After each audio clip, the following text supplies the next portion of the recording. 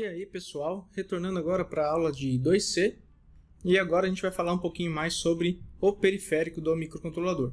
Então aqui no PDF, na aula I2C, que eu já postei para vocês e o link está aí na descrição do vídeo, tem um pouquinho mais sobre a estrutura, sobre a parte conceitual de 2C, e tudo aquilo que eu comentei na apresentação do vídeo anterior está descrito aqui também em detalhes. Apenas alguns aspectos que eu não comentei lá, que eu vou comentar um pouquinho aqui nessa aula. Então vamos lá. A gente já sabe que a comunicação I2C ela possui obrigatoriamente duas vias de comunicação, duas vias, uma via de dados e uma via de clock, e isso pode ligar aí vários dispositivos utilizando apenas o mesmo barramento. Mas um detalhe que é extremamente importante é que, obrigatoriamente no I2C, nós precisamos ter resistores de pull-up. Esses resistores eles mantêm o nível alto aí, do barramento para que possam ser feitas as comparações com relação à condição de start, a condição de stop, o ACK. Então, se vocês lembrarem, o ACK, por exemplo, quando o pino aqui, o pino de dados está em nível baixo, significa que o dispositivo ele leu corretamente aquela informação. E aí, se ele estiver em nível alto, significa que ele não recebeu. Ou seja, quem garante esse nível alto para a gente são os resistores de pull-up, tá? Tanto para o pino de dados quanto para o pino de clock. Isso aqui é obrigatório. Alguns microcontroladores já possuem esses resistores internamente, mas muitos deles não possuem. Então você precisa colocar um resistor externo. Geralmente no datasheet eles colocam ali quais são os valores recomendados. É logicamente que esses valores eles dependem da tensão de alimentação do seu microcontrolador e também da velocidade que você vai trabalhar com a comunicação I2C. Um outro aspecto que a gente comentou um pouquinho é com relação ao endereço. Então, todo dispositivo que nós temos possui um endereço físico diferente. Esse endereço ele pode ser dado de várias formas. Então, por exemplo, ele sempre vai ser de 7 bits. Obrigatoriamente, ele tem 7 bits e isso vem lá do protocolo. Se a gente levasse ao pé da letra, 2 elevado a 7 ali, seria 128. Então, nós teríamos 128 endereços, ou seja, 128 dispositivos poderiam ser ligados no barramento. Mas a coisa não funciona muito bem dessa forma. Existem alguns endereços que são reservados. Então, na prática, oficialmente, o barramento ele é limitado para 112 dispositivos, o que é mais do que suficiente para qualquer tipo de aplicação que você vá trabalhar. Tá? Dificilmente você vai ter uma quantidade tão alta de dispositivos assim. Bom? Mas uma coisa que é bastante interessante é que a maioria dos dispositivos eles já possuem um endereço fixo. Então, daqui a pouco a gente vai abrir o datasheet de um determinado dispositivo e vocês vão ver que ele já possui um endereço internamente. Tá?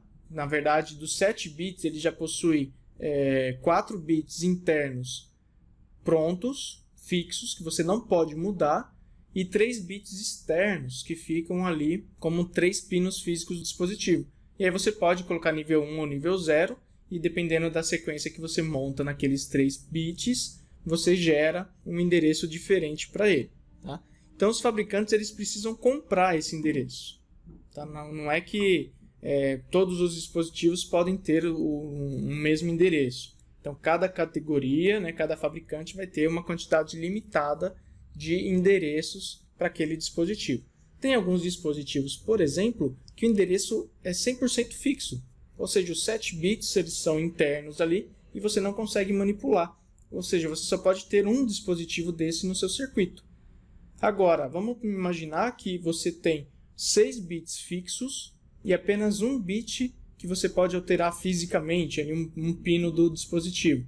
Então você pode ter apenas 2 daquele dispositivo dentro do mesmo circuito. Um com aquele bit em 0 e o outro com o bit em 1.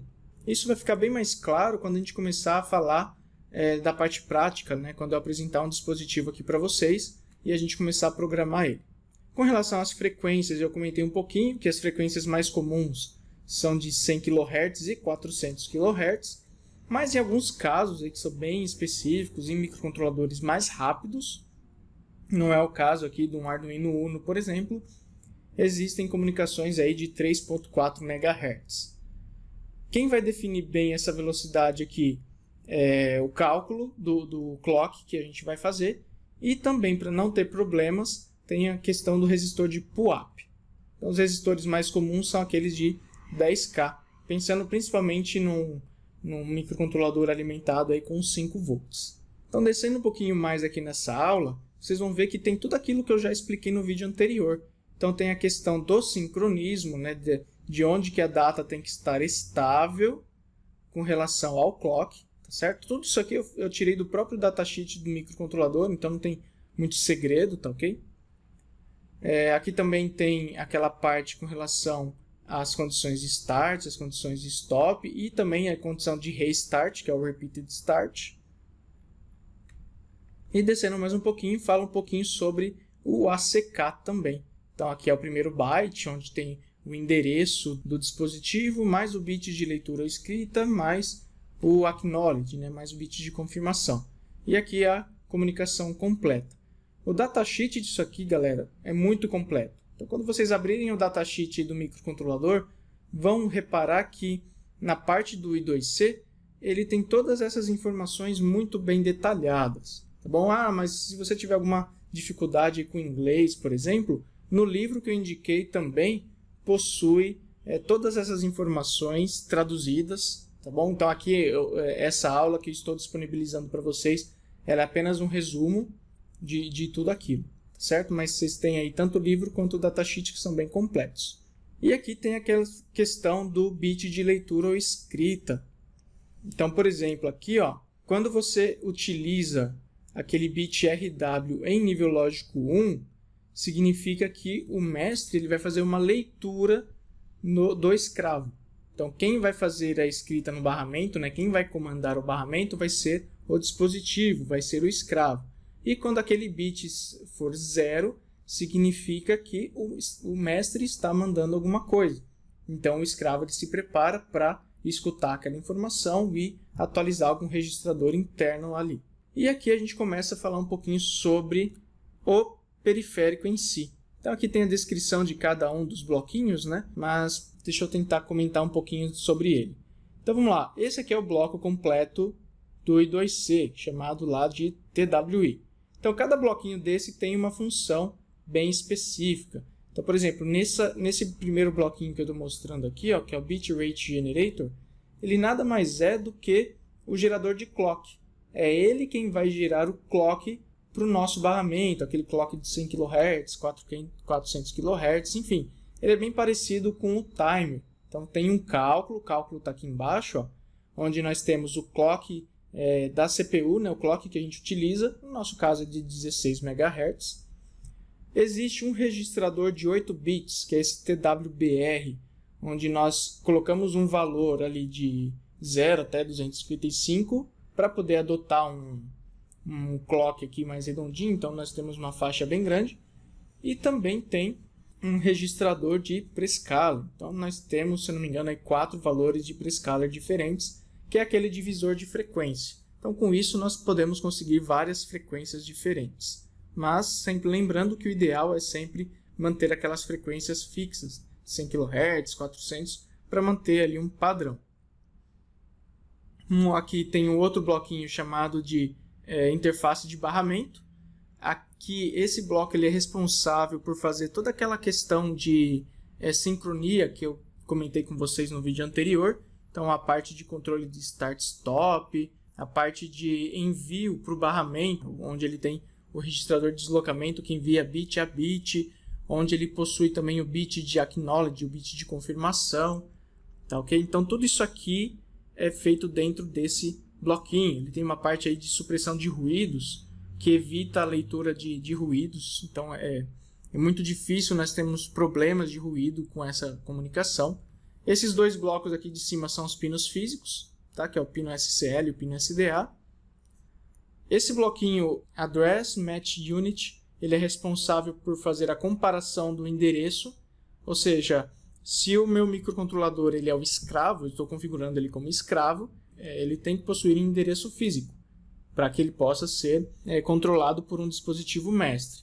Então, sempre que o mestre envia aquele primeiro byte, que é o byte do endereço, ele é comparado nesse bloquinho aqui. Se o endereço for o mesmo do que foi configurado no microcontrolador, ok, ele pode receber o resto da informação. Se for diferente, significa que ele não tem que receber aquela informação. A informação será para outro dispositivo. E aqui tem um bloquinho de controle, que é a parte de registradores de controle que a gente vai ver daqui a pouquinho, que é onde ele controla a interrupção, controla o funcionamento, enfim, a habilitação ou não do periférico. Então aqui tem a descrição de tudo que eu acabei de falar para vocês. Esse periférico, galera, ele é baseado em bytes. Tá? Aqui eu coloquei uma descrição que ele é baseado em interrupções e orientado a bytes. Isso significa que a gente sempre vai trabalhar com bytes, sempre vai enviar ou receber um byte de cada vez, e ele também consegue, ele é compatível com interrupção. Essa questão da interrupção ela é bem interessante, a gente não vai trabalhar aqui nessa aula, a gente vai fazer algo mais simples, mas ela é bem bacana. Isso significa o seguinte: como existem várias etapas para que essa comunicação seja feita, do início até o fim, então nós podemos trabalhar com uma interrupção que ela gera aí uma máquina de estados que vai fazer passo a passo essa comunicação. Se a gente não trabalha com ela, a gente tem que fazer isso manualmente, que é o que a gente vai fazer aqui. Então, por exemplo, aqui tem o passo a passo de como que ela funciona. Então a gente manda uma condição de start. Todas essas áreas pintadas em preto aqui é o momento que a interrupção é gerada. Esse momento que a interrupção é gerada é onde a máquina de estados ela muda, ali, se a gente fosse trabalhar com interrupção. Independente se for trabalhar com interrupção ou não, a gente precisa ficar monitorando esse bit. Então, o que isso significa? A gente manda uma condição de start. Quando esse bit for setado, que é o TWINT, que é o bit de interrupção, significa que aquele bit de start foi enviado corretamente e nós estamos liberados para o próximo byte. E aí, no próximo byte, nós mandamos o endereço e aguardamos o acknowledge ali do dispositivo, do escravo. Feito isso, nós podemos seguir para o próximo passo, mas para seguir para o próximo passo, a gente tem que ficar monitorando esse bit novamente. Então, a gente monitora o bit da interrupção e quando ele for setado, significa que aquele dado ele foi enviado totalmente para o dispositivo. Então, a gente pode continuar enviando a outra informação. E aí, aguarda, fica monitorando novamente o bit da interrupção. Quando ele for setado, nós podemos mandar um outro bit. E assim por diante. Nesse caso, ele parou aqui no stop, mas era possível mandar outros dados também. Aparentemente parece um pouco confuso, vocês vão ver que o código ele fica um pouquinho extenso, mas ele é simples. A partir do momento que a gente entende como isso aqui funciona, depois é só copiar e colar o que já existe no datasheet. Por exemplo, nessa tabela, eu peguei lá do datasheet diretamente, ele mostra o passo a passo de como que você faz essa comunicação. Então aqui, existem outras tabelas lá também, mas eu só copiei essa, que é condições para o envio de dados pelo mestre. Então, aqui ele já está em linguagem C. A gente não precisa reinventar a roda. A gente simplesmente vai copiar o que já está aqui. Então, para a gente enviar uma condição de start, basta a gente mandar para o registrador de controle essa informação aqui. Zerar a variável da interrupção. Nesse caso, parece estranho, porque eu estou mandando o nível lógico 1, mas no datasheet está escrito que para a gente zerar esse bit, a gente precisa mandar nível lógico 1, tá bom? Então a gente manda nível lógico 1 para cá para zerar essa informação, para zerar o bit de interrupção, habilita o periférico com um TW-enable e manda um bit de start, que é esse bit TWSTA. Então quando a gente manda essa informação toda para ele, automaticamente ele já gera a condição de start. Para a gente aguardar, ver se essa condição foi enviada corretamente, nós precisamos usar essa outra condição aqui de baixo.